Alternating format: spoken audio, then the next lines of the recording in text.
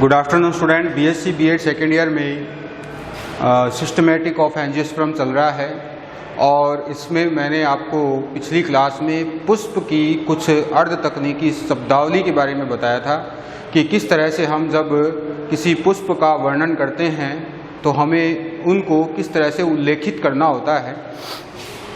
इसके अलावा मैंने आपको पुष्प जो अंग है एंड्रोशियम, गाइनोशियम, कैलिक्स, कोरोला, उनकी पुष्पासन पर स्थिति के बारे में भी बताया था। ठीक है, अगला जो है हमारा वो है इसके अंदर अब हमने ये तो जान लिया कि पुष्प पर किस तरह से पुष्पीय अंग लगे रहते हैं, लेकिन अब हम उन पुष्पीय अंगों की आकारकी के बारे में, उनके निवेशन के बारे में जानने वाले हैं एक एक करके। ठीक है, सबसे पहले हम बात करते हैं कैलिक्स की। कैलिक्स को हम कहते हैं जो बाह्य दल पुंज है उसको हम क्या कहेंगे? कैलिक्स कहेंगे। कैलिक्स को के से प्रदर्शित किया जाता है, पुष्प सूत्र में के से प्रदर्शित किया जाएगा इसको। ठीक है, इसको कहते हैं हम बाह्य दल पुंज। ये क्या है? बाह्य दल पुंज है। और ऐसे पुष्प जिसके अंदर बाह्य दल आपस में संयुक्त हो तो वो तो कहलाते हैं गैमोसेपल्स। ठीक है, इसका जो एक भाग है उसको हम क्या कहते हैं? सेपल कहते हैं। इसकी जो एक इकाई है उसको हम क्या कहेंगे? सेपल कहेंगे। और सेपल माने होता है बाह्य दल। ठीक है, ये संख्या में 4, 3, 5, 8, 10 हो सकते हैं। अब बात करते हैं अगर ये आपस में जुड़े हुए हों, अगर ये आपस में जुड़े हों, ठीक है, संलग्न हो, तब ये क्या कहलाएंगे? तब हम जब पुष्प का वर्णन करेंगे तब हम क्या लिखेंगे वहाँ पर? गैमोसेपल्स। ठीक है, जब हम कैलिक्स का वर्णन कर रहे होंगे उसमें तो वहाँ पर हम लिखेंगे गैमोसेपल्स, अर्थात संयुक्त बाह्य दली। जब बाह्य दल संयुक्त होते हैं तो लिखेंगे संयुक्त बाह्य दली। और अगर ये आपस से मतलब ये अलग अलग हों, अगर क्या हो ये अलग अलग हों तो लिखते हैं पॉलीसेपल्स। ठीक है, तो लिखेंगे पॉलीसेपल्स यानी पृथक बाह्य दली। ठीक है, अब पुष्प चित्र जब हम बनाएंगे, जैसे ये पुष्प चित्र बना रहे हैं हम, ठीक है, इसके अंदर ये क्या है? ये है इसके कैलिक्स वाले भाग, यानी जिसे हम कह रहे हैं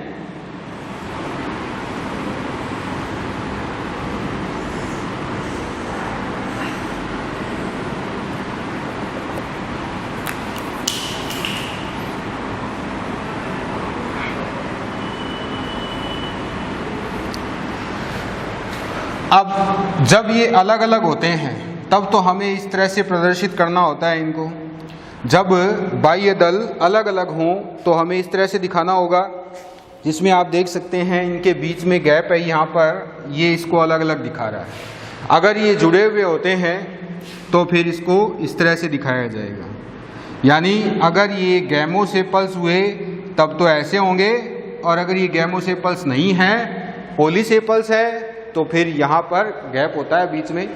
यानी सीधी सी बात है कि एक पुष्प में इस तरह से मतलब अब ये दो मतलब बाह्य दल है तो इस तरह से ये जुड़े हुए हैं। ठीक है, इस तरह से आप देख सकते हैं ये जुड़े हुए हैं। अगर ये नहीं जुड़े होंगे तो इस तरह से अलग अलग होंगे। ठीक है, इससे आपको समझ में आ जाएगा। ये 2 हैं, हालांकि वैसे 5 होते हैं, 3 होते हैं। अगर ये बीच में आपको मेरी हथेलियों के बीच गैप दिख रहा है तो इसका मतलब ये है कि ये बाह्य दलों के बीच गैप है, यानी बाह्य दल सब अलग अलग हैं। जुड़े हुए होंगे तो इस तरह से किनारे से ये जुड़े हुए होते हैं। ठीक है, पूरे भी जुड़े हुए हो सकते हैं और आधे भी जुड़े हुए हो सकते हैं, लेकिन जुड़े हुए होंगे तो लिखेंगे गैमोसेपल्स। ठीक, इसके बाद आता है इसमें अगली शब्दावली कैलिक्स के लिए क्या है? वो है आशुपाती। आशुपाती का मतलब होता है कैड्यूकस।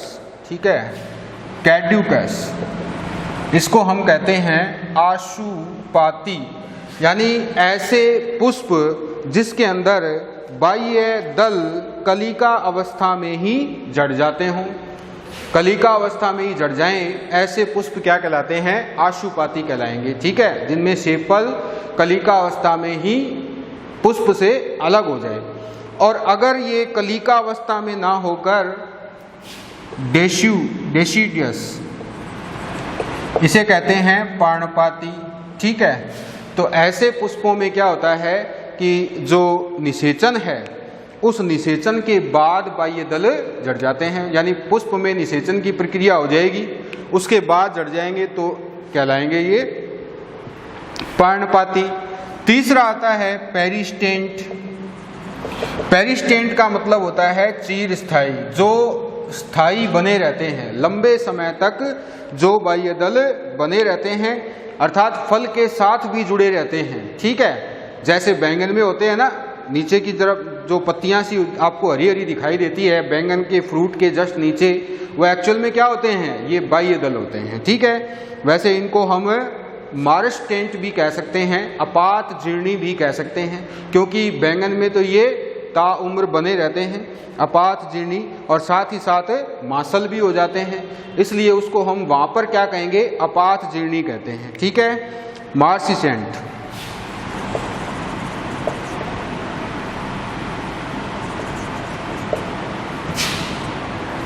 इसे कहेंगे हम अपात जीर्णी, यानी मांसल बाह्य दल युक्त होते हैं। बैंगन में जो होते हैं वो मांसल होते हैं। ठीक है, अगला जो आता है इसमें वो आता है एक्रीसेंट।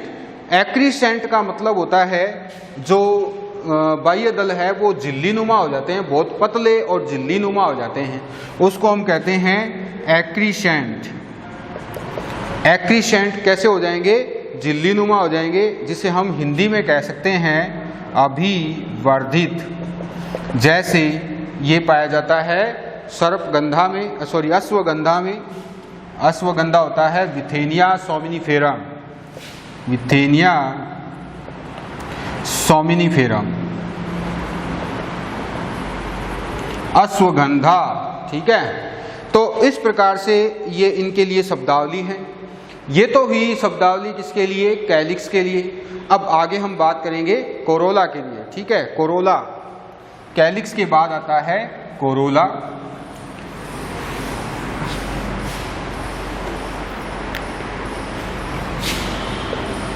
कोरोला के लिए भी हम जिस तरह से अगर कोरोला जुड़े हुए हों, कोरोला को पहली बात तो ये कि पुष्प सूत्र में सी से दर्शाया जाता है। हिंदी में इसको कहते हैं दलपुंज। हिंदी में क्या कहते हैं? दलपुंज। ठीक है, और पुष्प में संख्या में 3, 5, 8 ज़्यादा भी हो सकते हैं, रंगीन भी हो सकते हैं, ये कलर्ड होते हैं। ठीक है, कोरोला कैसे होते हैं? कलर्ड होते हैं। जबकि कैलिक्स कैसे होते हैं? अमूमन हरे ही होते हैं। तो अगर ये जुड़े हुए हैं, अगर ये जुड़े हुए हैं तो कहलाएंगे गैमोपेटल, क्योंकि इसकी एक इकाई क्या कहलाती है? पेटल कहलाती है। तो अगर जुड़े हुए हैं तो गैमोपेटल, और अगर अलग अलग हैं तो कहलाते हैं पॉलीपेटल्स। ठीक है, इस तरह से अगर अलग अलग हैं तो पॉलीपेटल्स कहलाएंगे, और अगर जुड़े हुए हैं तो गैमोपेटल्स कहलाएंगे। ठीक है, तो ये तो हो गई बात कोरोला की। लेकिन अब जो आगे है वो हम पढ़ेंगे एस्टिवेशन। एस्टिवेशन क्या है? ये जो एस्टिवेशन है वो एक्चुअल में क्या है? इसको हम कहते हैं दल विन्यास। दल विन्यास। कैलिक्स और कोरोला पुष्प में कितनी संख्या में और किस तरह से लगे हुए रहते हैं उसके बारे में हम पढ़ रहे हैं। उसको हम क्या कहते हैं? दल विन्यास। दल विन्यास में आपको दोनों का बताऊंगा, एक में ही दोनों का हो जाएगा, कैलिक्स और कोरोला दोनों के लिए। ठीक है, तो सबसे पहले इसमें आता है कॉर्डस्पर्शी वालवेट। वालवेट, इसको हम हिंदी में कहते हैं कॉर्डस्पर्शी। कॉर्डस्पर्शी जो है ये कैसा होगा कि बाह्य दलों या दलों के तट एक दूसरे से कैसे हो, या तो छूते हुए हो या दूर दूर रहते हो, यानी ऐसे भी हो सकते हैं छूते हुए। ठीक है, इस तरह से आप देख सकते हैं मेरी हथेलियों को, जैसे मैं इसको मान लूं 2 क्या है ये दल है या बाह्य दल है तो इस तरह से ये किनारे पर ऐसे हो सकते हैं, ठीक है, क्लियर, सामने हो सकते हैं, यानी कि जो इनके किनारे हैं वो एक दूसरे के सामने होते हैं, ऐसे एकदम सामने होते हैं, क्लियर। तो ये पास पास भी हो सकते हैं इस तरह से और ये दूर दूर भी हो सकते हैं, लेकिन होते किनारे कैसे हैं, एक दूसरे के सामने होते हैं, कॉर्ड स्पर्शी उनको ही कहते हैं। जैसे इसके अंदर आप देखोगे तो आपको ये कॉर्ड स्पर्शी नजर आ जाएगा।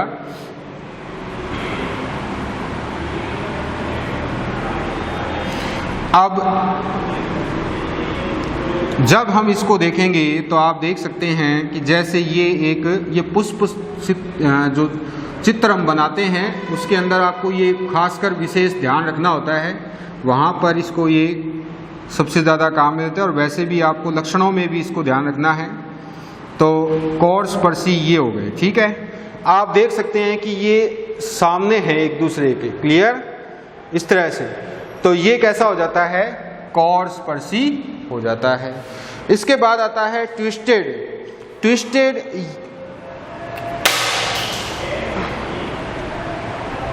व्यावर्तित जिसे हम कहेंगे, दूसरा क्या है वो है ट्विस्टेड। ट्विस्टेड को हम कहते हैं व्यावर्तित। ये कैसे होता है, व्यावर्तित में क्या होगा कि एक जो है एक का किनारा दूसरे के किनारे को ढके हुए रहता है लेकिन खुद स्वतंत्र होता है अगले सिरे पर। तो इसको हम इस तरह से बना सकते हैं,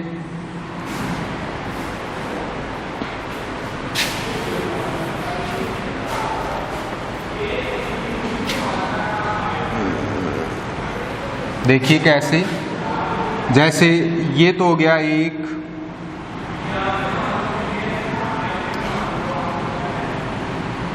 इसके बाद ये दूसरा हो गया इस तरह से, ठीक है, फिर ये तीसरा हो गया, ये फिर चौथा हो गया और ये हो गया फिर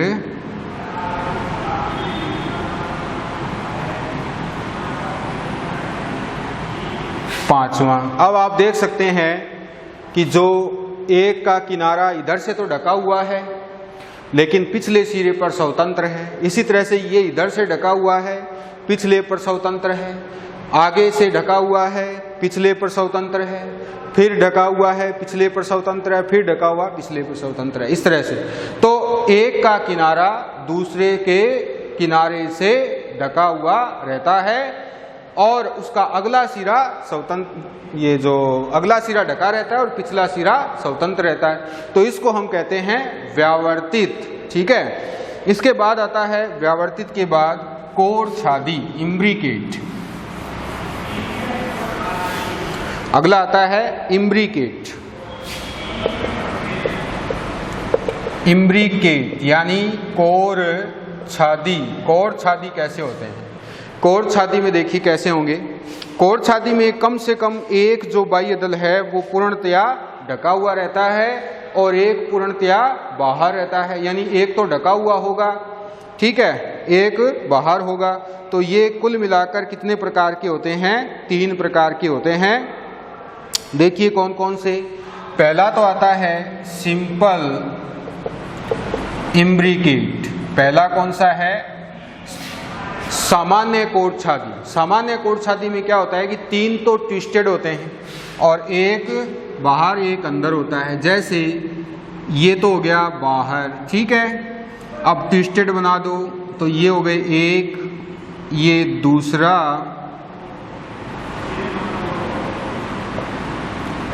ठीक है, तो एक ट्विस्टेड तो ये हो गया, दूसरा ये हो जाएगा, तीसरा ये हो गया और ये हो गया एक अंदर। तो आप देख सकते हैं कि ये तो है पूर्णतया बाहर, ये तो बाहर होगा।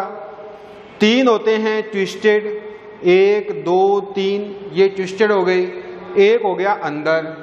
तो सीधी और आसान भाषा में देखिए 1 + 3 + 1, एक बाहर, 3 ट्विस्टेड और एक अंदर। इस तरह से ये हो जाएगा सिंपल इम्ब्रिकेट। अब आता है डिसेंडिंग इम्ब्रिकेट। अगला जो है नंबर दूसरा इम्ब्रिकेट में, अगला है डिसेंडिंग।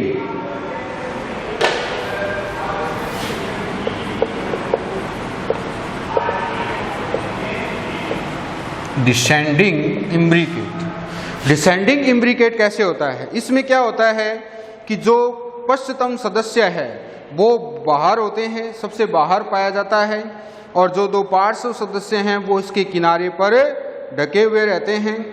ठीक है, जो बाहर, सबसे बाहर, फिर अंदर, इस तरह से। जैसे मान लो कि मैं आपको एग्जांपल बताऊं, मटर के पौधे में होता है इस तरह से। देखिए कैसे होता है, जैसे ये तो हो गया सबसे बाहर, ठीक है, इस तरह से ये तो हो गया बाहर, क्लियर। फिर आ जाता है इस तरह से दो पार्श्व सदस्य, ये हो गए इसके किनारे पर अंदर की ओर हो गए, और अगले जो हैं वो यहाँ पर इस तरह से पाए जाते हैं।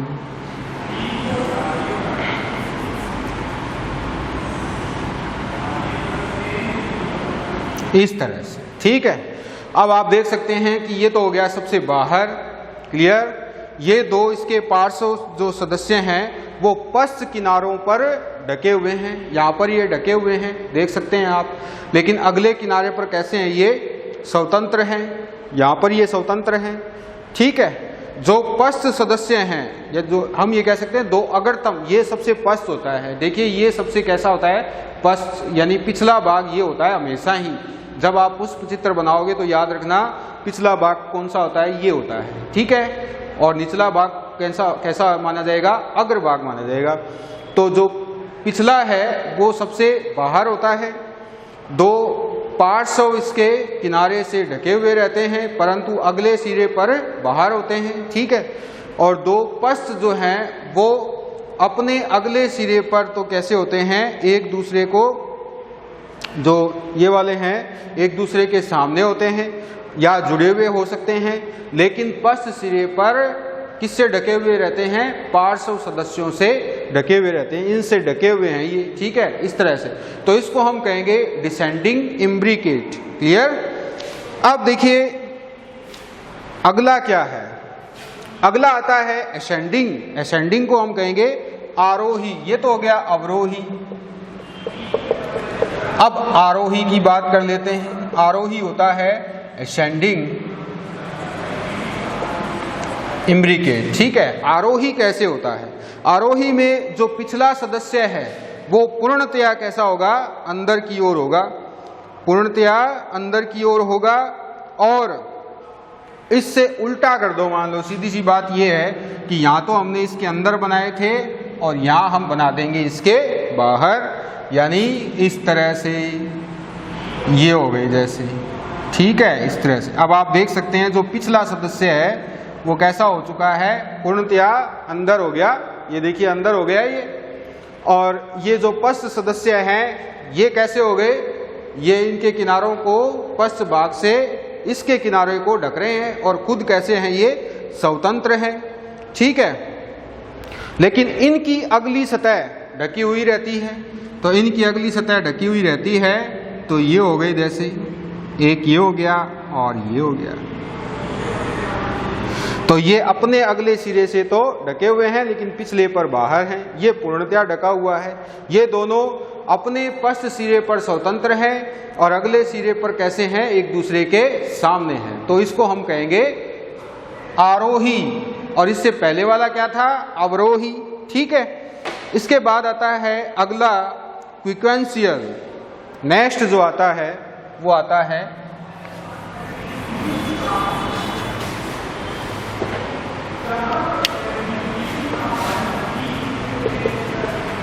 क्विक्वेंशियल। इसके अंदर कैसे हो गया? देखिए इसमें देखिए दो सदस्य तो ढके हुए रहते हैं और दो बाहर होते हैं और एक व्यावर्तित होता है, यानी दो अंदर, दो बाहर और एक व्यावर्तित। बहुत ही आसान है ये। तो दो अंदर दो बाहर, तो किस तरह से होंगे? देखिए ये तो हो गया जैसे बाहर, क्लियर।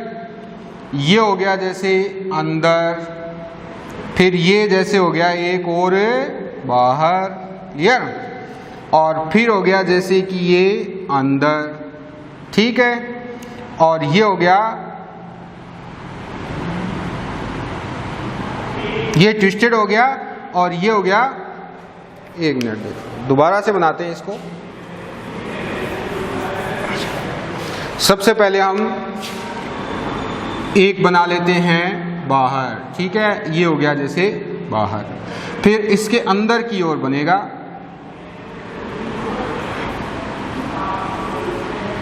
ये हो गया अंदर, और इधर भी क्या बना दो, अंदर बना दो, दो बन गए जैसे मान लो अंदर, ठीक है, और ये बन गया बाहर इस तरह से, क्लियर। अब एक ट्विस्टेड बनाना है अपने को, तो ये बन गया एक, अरे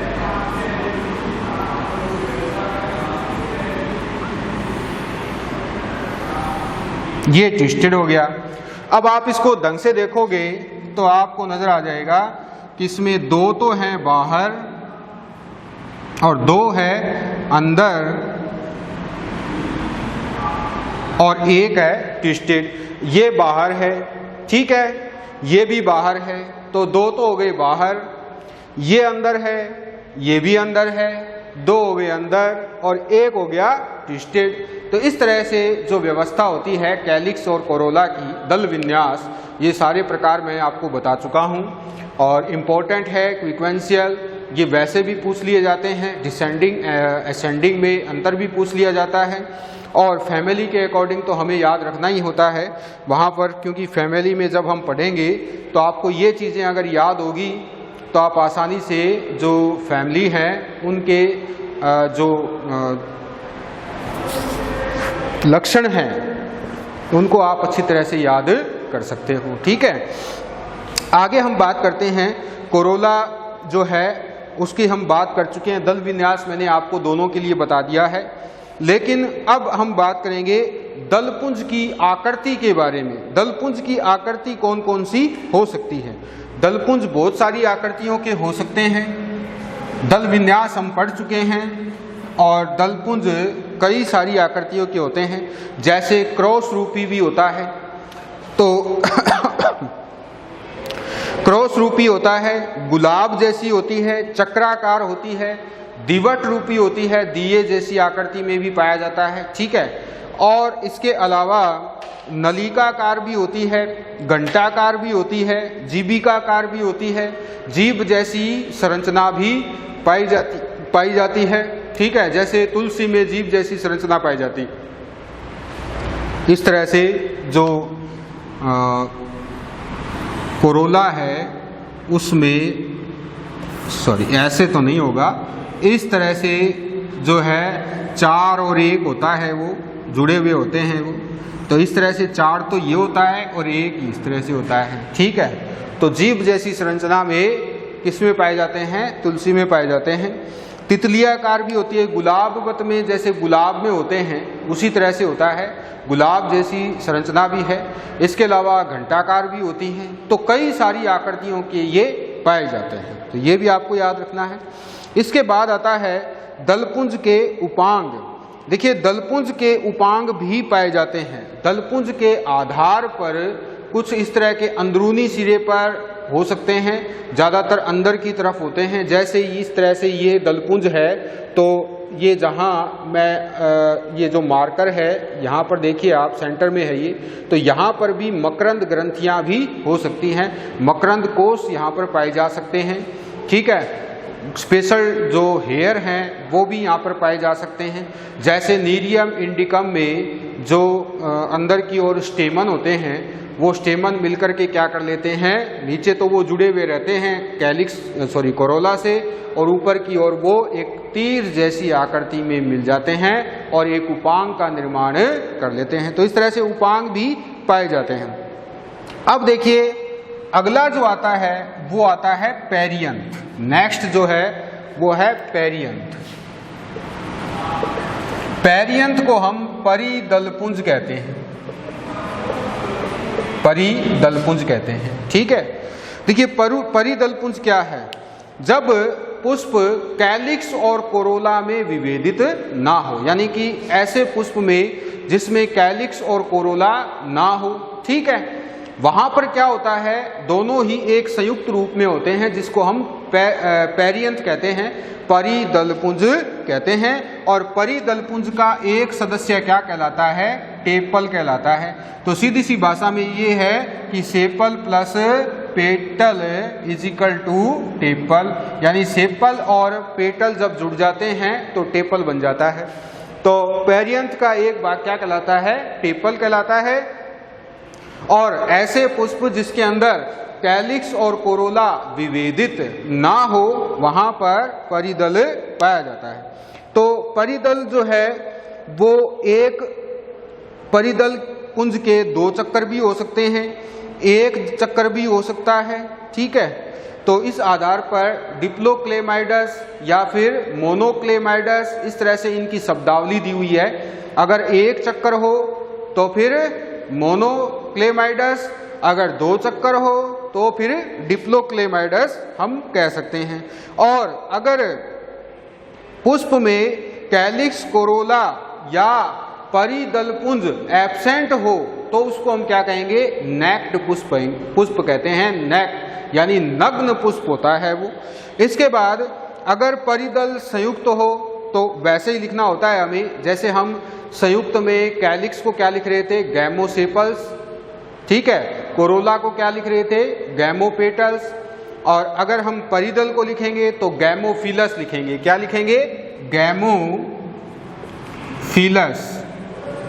यानी संयुक्त परिदल। ठीक है, और अगर ये नहीं है, अलग अलग है, तो गैमो की जगह आ जाएगा पॉलीफिलस, यानी अलग अलग।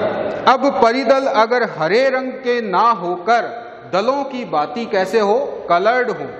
कुछ ऐसे पुष्प भी हैं जिनके अंदर परिदल कैसे होते हैं, कलर्ड होते हैं, रंगीन होते हैं।